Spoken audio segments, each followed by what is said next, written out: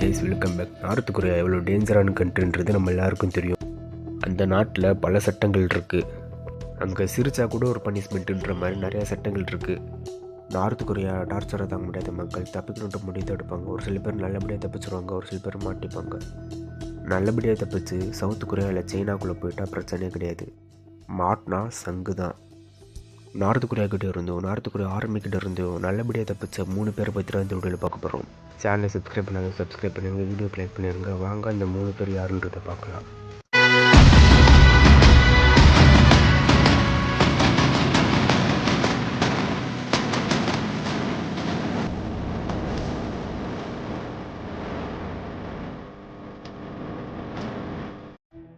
இது 2017 நவம்பர் மாதம்.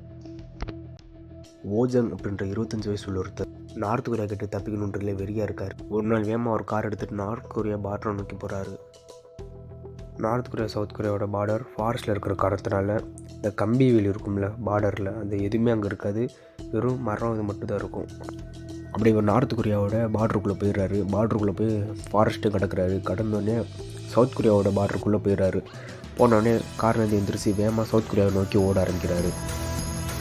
அவர் அப்படி சவுத் கொரியாவுக்குள்ளே போயிறாரு. சவுத் கொரியாவுக்குள்ளே போனோடனே சவுத் கொரியாவோட சோல்ஜர் அவரை ரிசீவ் பண்ணி ஹாஸ்பிட்டல் அவரோட உடம்புல 6 புல்லட் இருக்குது. 6 தடவை நார்த் கொரியன் சோல்ஜர் சுட்டிருக்காங்க.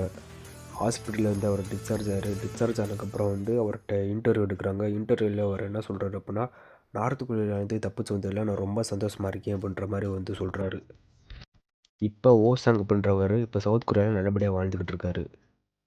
அடுத்ததாக நம்ம யாரை பற்றி பார்க்க போகிறோம் அப்படின்னா, லீ சென் என் அப்படின்றவங்களை பற்றி நம்ம பார்க்க போகிறோம். நார்த் கொரியா கிட்ட ஈஸியாக தப்பிச்சு டொமாகன் அப்படின்ற ரிவரை ஈஸியாக கிராஸ் பண்ணி சைனாக்குள்ளே போனவங்க தான் இவங்க.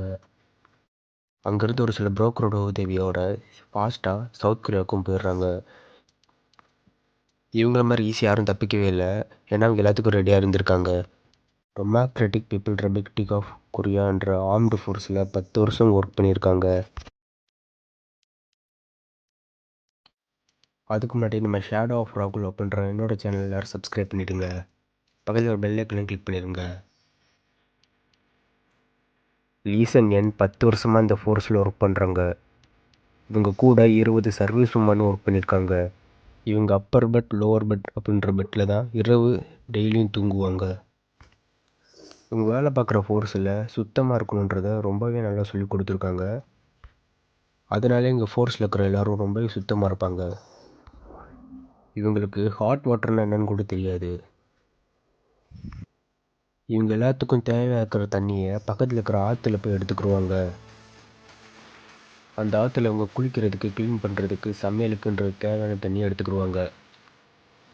இவங்க அந்த ஃபோர்ஸில் இருக்க நிறையா மென் டார்ச்சருக்கு ஆளாக இருக்காங்க. இவங்க கம்ப்ளைண்ட் பண்ணியிருந்தால் நார்த் கொரியா கவர்மெண்ட் படி பெரிய தண்டனை கிடைக்கும். ஏன்னா அவங்க கம்ப்ளைண்ட் பண்ணால் பயந்துருக்காங்க. ஏன்னா அவங்க கம்ப்ளைண்ட் பண்ண நாள் பண்ணி இவங்களுக்கு பெரிய பிரச்சனை வருமோன்னு நினச்சி பயந்துருக்காங்க. அது மட்டும் லீ சென் இந்த முடிவு எடுக்கலை அப்படின்னா யாரும் நார்த் கொரியாவில் ரொம்ப மோசமான நிலையில் தான் இருந்திருப்பேன்ற மாதிரி சொல்லியிருக்காங்க.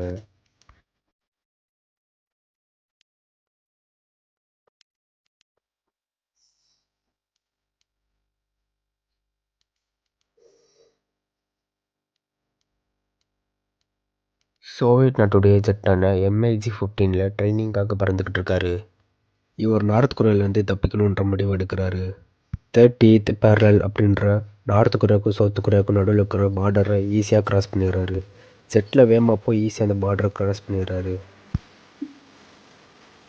இவர் அப்படியே சவுத் கொரியாவில் போய் லேண்ட் ஆகிறாரு. சவுத் கொரியாவில் லேண்ட் ஆனதுக்கப்புறம் போர்ட்ரேட் ஆஃப் டிக்டேட்டர் லெட்டர் அப்படின்ற லெட்டர் எல்லா ஜெட்லேயும் இருக்கும். அதை அவர் கிழிச்சு போட்டுறாரு. இவர் இவ்வளோ ஈஸியாக தப்பிச்சு வந்ததுக்காக $1000 ரிவார்டாக தராங்க. ஓகே கேஸ், வீடியோ அவ்வளோதான். இந்த வீடியோ உங்களுக்கு பிடிச்சிருந்துச்சு அப்படின்னா மறக்காமல் சப்ஸ்கிரைப் பண்ணிவிடுங்க. இதுக்குள்ளே பார்ட் 2 வீடியோ நான் சீக்கிரம் போடுறேன். சிம்பிளாக நான் வீடியோ முடிச்சிட்டேன், அதனால் வீடியோக்கு ஒரு லைக் ஒன்று பண்ணிடுங்க, சேனலை சப்ஸ்கிரைப் பண்ணிடுங்க. இதுக்குரிய பார்ட் 2 வீடியோ ஃபாஸ்ட்டாக வரும். ஓகே, டாட்டா, பாய் பாய்.